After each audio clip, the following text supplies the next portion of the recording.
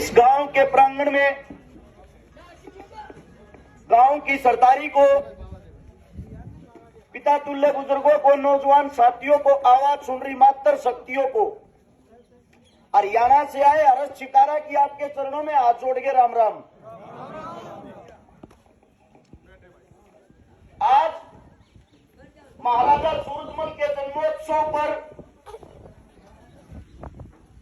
एक चीज तो देखने को मिली, जो राजा साहब का क्षेत्र है जिसका हम जन्मोत्सव मना रहे हैं, उसकी गलियों का ये विकास, ये हालात है। मैं तो ये सोच रहा था, हमारे पास तो गाड़ी है, जो गांव के गणमान्य व्यक्ति हैं यहां से वहां पार कैसे जाते होंगे। मैंने तो ऐसा बुरा हाल किसी भी क्षेत्र में, बुरा मत मानना, पूरे हिंदुस्तान में घूमा हूं, पहली बार देखा है। इसका कारण आप लोग हो, क्योंकि आप जागरूक नहीं हो, जागते नहीं हो। आप लोगों को एक बात बताता हूं, आप लोग अपनी ताकत को भूल चुके हो। जिस वक्त महाराजा साहब का बलिदान हुआ, उनका बेटा महाराजा जवाहर सिंह अपनी मां के सामने पगड़ी पहन के चला गया और पगड़ी पहन के खड़ा होकर ये कहता है, मां कैसा लग रहा हूं। रानी की आंखों में खून उतर आया। अपने बेटे को धमकाते हुए कहती है, मेरे सामने तू पगड़ी पहन के आ गया। अरे मूर्ख, तेरी पगड़ी तो मुगलों ने रख ली। अपने पिता की मौत का बदला लेके जब मेरे सामने पगड़ी बांध के पहन के आना। ये बात सुनते ही महाराजा जवाहर की भी आंखों में खून उतर आया। उन्होंने तुरंत प्रभाव से सेना को एकत्रित किया, इकट्ठा किया और घोषणा की, चलो रे दिल्ली में बदला लेके आऊंगे। यहां से फौज दिल्ली के दरबारों में जाती है। इतनी भारी फौज देखकर, हिंदुओं की इतनी भारी फौज देखकर मुगलों ने कांपते हुए लाल किले के गेट बंद कर लिए और हमारी फौज उन गेटों को तोड़ने का बार बार प्रयास कर रही। हमारे हाथी उस दरवाजे को जब टक्कर मारते, उस दरवाजे के अंदर इतनी बड़ी बड़ी नकूली कील होया करती। आज जाके देखोगे तो आज भी मिलेंगी। वे हाथिया के सिर में लग जाया करती। भाई साहब या तो चुप हो जाओ। ओए हेलो, अरे कम से कम इन बड़े बुजुर्गा का तो मान सम्मान रख लो, बाद में बोल लियो यार, यही बना रहोगे तुम। वे जो कीलें थी वे बार बार उन हाथियों को घायल कर रही थी। इतनी देर में एक बार आप सब चुप हो जाओ, मैं बता दूंगा सब अपने आप। हाथ छोड़ कर विनती है भाई, हम आप लोगों का मान सम्मान करते, आप लोगों के प्यार प्रेम में एक बार सारे बैठ जाओ यार। किसी को कुछ समझ में नहीं आएगा, फायदा क्या हुआ इतनी देर भोंकने का। अब एक विनती और है, 2 मिनट तक कोई भी नहीं बोलेगा। ये रिक्वेस्ट आप सबसे। जब वो अपनी सेना उन दरवाजे को तोड़ने का प्रयास कर रही थी और हाथी बार बार घायल हो रहे थे वे कील चुभने से, महाराजा साहब का साला था पलवल का राजा बल्लू, जाकर हाथी के सूंड पर लौट गया।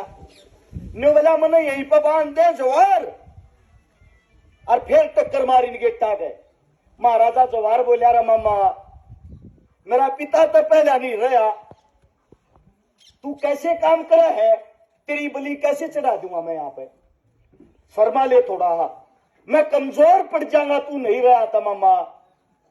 जवाहर अपने भांजे को कहता है, बेटे क्षत्रियों को रक्त बहाना पड़ता है, तभी जाके आजादी मिलती है, तभी जंग जीती जाती है।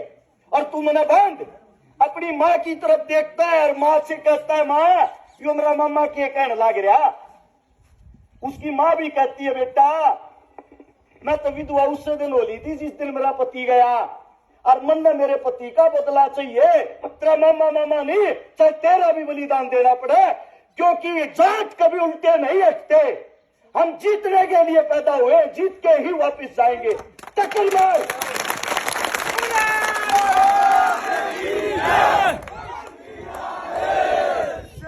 ये सब सुनकर महाराजा जवाहर सिंह अपने मामा को उस हाथी के सूंड पे बांध देता है, और जब गेट का टक्कर मारी हाथी में, गेट टूट कर दूर पड़े, और जो महाराजा साहब का मामा था वो वहीं उन गेटों पे उसका बलिदान हो गया, वहीं टंगा रह गया। उस वक्त उसके अंदर घुस के, घर में घुस के मुगलों को गाजर मूली की तरह काटा, अपने अपमान का बदला लिया। मुगल राजा जवाहर के पैरों में गिड़गिड़ाने लग गया, महाराजा साहब माफ कर दो। उनकी एक पुरानी आदत थी, जो उनकी सभ्यता बन चुकी थी, वे हिंदू धर्म को जड़ से खत्म करना चाहते थे, हिंदू धर्म की चोटी काटते थे। अपने हिंदुओं में पहले हमारे बुजुर्ग बड़े नौजवान चोटी रखते थे, यह परंपरा औरंगजेब ने शुरू की थी। वो चोटी काट लेते थे हमारी, और हमारे धर्म का अपमान करते थे। वही उसी महाराजा जवाहर ने, जो पंडितों की बेटी थी, जिसको अपनी सगी बहन बनाया था, उस बहन को साथ लेके गया और उस मुगल राजा के सिर में 5-5 चोटियां वहीं पे 5 चोटियां छोड़ी, उसके वहीं पे बाल काट के उसको वो जलील किया जिसकी कोई हद नहीं, और उसको बोला तेरे को एक बार नहीं बार बार मौत मिलेगी। जब भी तू आईने के सामने खड़ा होगा ना, तेरे को पता लगेगा तेरी टक्कर किसी हिंदू से हुई थी। ये हमारी ताकत थी, और आज हमारी ताकत मिट्टी में मिल गई। उसका कारण है आप सब लोग हिंदू नहीं हो। कोई जाट बन गया, कोई ब्राह्मण बन गया, कोई राजपूत बन गया, कोई गुज्जर बन गया। 5 उंगलियों से मुट्ठी बनती है, एक उंगली से कभी मुट्ठी नहीं बनती।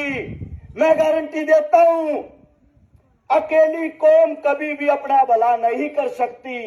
जब आप लोग जाग जाओगे, अपने भाईचारे में एकता बढ़ा लोगे, आपके बीच जो नेता मंत्री आते हैं, जो आप लोगों को तोड़ने का काम करते हैं, जो आप लोगों को भाईचारे में बांटते हैं, जिस दिन आप लोगों की आंखें खुल गई और आप उन नेताओं को मुंह तोड़ जवाब देना शुरू कर दोगे, मैं गारंटी देता हूं उस दिन से आपका विकास होना शुरू हो जाएगा।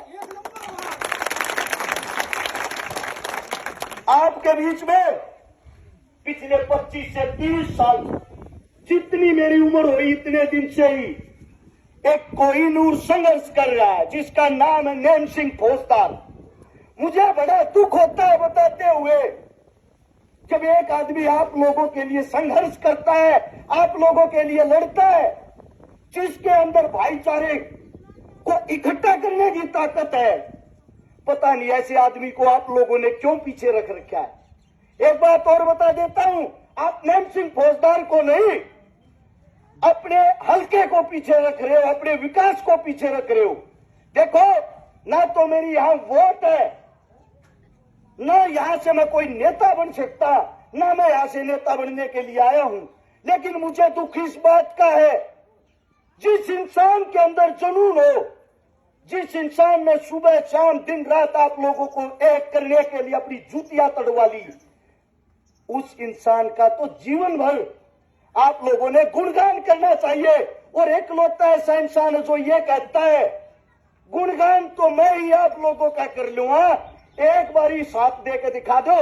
इस इंसान के अंदर वो ताकत है, आपके बीच बैठे हुए इंसान के अंदर वो ताकत है, सीएम के गले में हाथ डाल के उसकी जुबान निकाल के ये पूछ सकता है तेरी औकात क्या है। लेकिन यह काम आप लोगों के दम पे कर सकता है, अकेला नैन सिंह फौजदार कुछ भी नहीं है। जिस दिन आप लोग इसको अपना समझ लोगे, अपने का मतलब ये है, इससे आगे खड़े होकर कंधे से कंधा बढ़ाकर ये कहोगे, नैन सिंह जहां तक चलना है तू चल, हम तेरे से आगे खड़े हैं, उस दिन आप लोगों के विकास को कोई रोकने वाला नहीं है। याद रख लेना, मेरे को मेरे पिता समान लगता है नैन सिंह, इन्होंने मेरे को भी सिखाया है। कभी ये सोचो एक कोई नौजवान दाढ़ी वाला रहा था और पगड़ी बंधुआ का पता नहीं क्या क्या बोल रहा था। खाली बोलता नहीं, पहले अपने काम बताता हूँ जो इनसे सीख के मैंने किए हैं। शायद मेरे बुजुर्ग नहीं जानते होंगे, हरियाणा के सोनीपत में रहता हूँ, गांव मेरा लडराउन है, अरस चिकारा मेरा नाम है। 10 साल से समाज सेवा कर रहा हूँ। पिछले 2 साल में 250 उन बेटियों की शादी करवा दी जिनके माँ बाप नहीं है।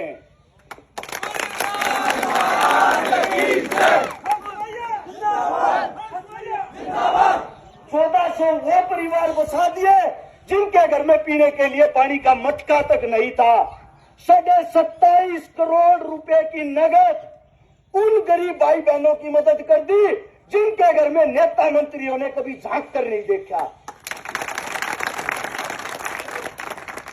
और आज आप लोगों के दम पर, इस भाईचारे के दम पर, मेरे इस नेम सिंह फौजदार पिता समान अंकल जी के आशीर्वाद के दम पर इतनी औकात रखता हूं, नेता मंत्री को यह बोल सकता हूं सीधा, क्या औकात है तेरी। नेता मंत्री छुप के भाग जाते हैं क्योंकि आप लोगों ने मेरे को वो ताकत दी है। मैं हाथ जोड़ के विनती करता हूं, ऐसे कोई नूर को मिट्टी में मत गुम होने देना। आप लोगों के सामने जो इंसान बैठा है इसकी कदर कर लो रे। ना तो एक बात बता देता हूं, अगर अब की बार भी यो आदमी रह गया ना, यो अपने घर बैठ जाएगा और यो घर बैठकर अपने परिवार की 2 रोटी सुख शांति से खा लेगा। लेकिन आप लोग फिर सिरपा हाथ मार मार रोगे, मारे दो कुछ को ना रहा। एक आदमी मारी आवाज ठानिया था, वो मैंने घर बैठा दिया। यो और किसी तो को नहीं हरता, इसको हराने वाले आप लोग हो। और यो और किसी के दम पर जीत भी नहीं सकता, इसको जिताने वाले भी आप लोग हो। आगे एक प्रोग्राम में और जाना है, मेरे मुख से कोई गलत शब्द निकला हो, गलत बात निकली हो, मेरे पिता तुल्य बुजुर्गों से, मेरी मातर शक्तियों से हाथ जोड़ के आपके चरणों में क्षमा चाहता हूं, क्षमा मांगता हूं। आप सभी ने जो प्यार दिया, जो मान सम्मान दिया, इसके लिए हृदय से साधुवाद। और मैं आगे जाके अपने हरियाणा में भी ये बताऊंगा, पहली बार ऐसे गांव में गया हूं जिसके अंदर एकता दिखाई दी। पहली बार ऐसे गांव में गया हूं जिसकी एकता से एक कोई नूर आगे बढ़ेगा। आपके चर्चे दूर दूर तक होंगे।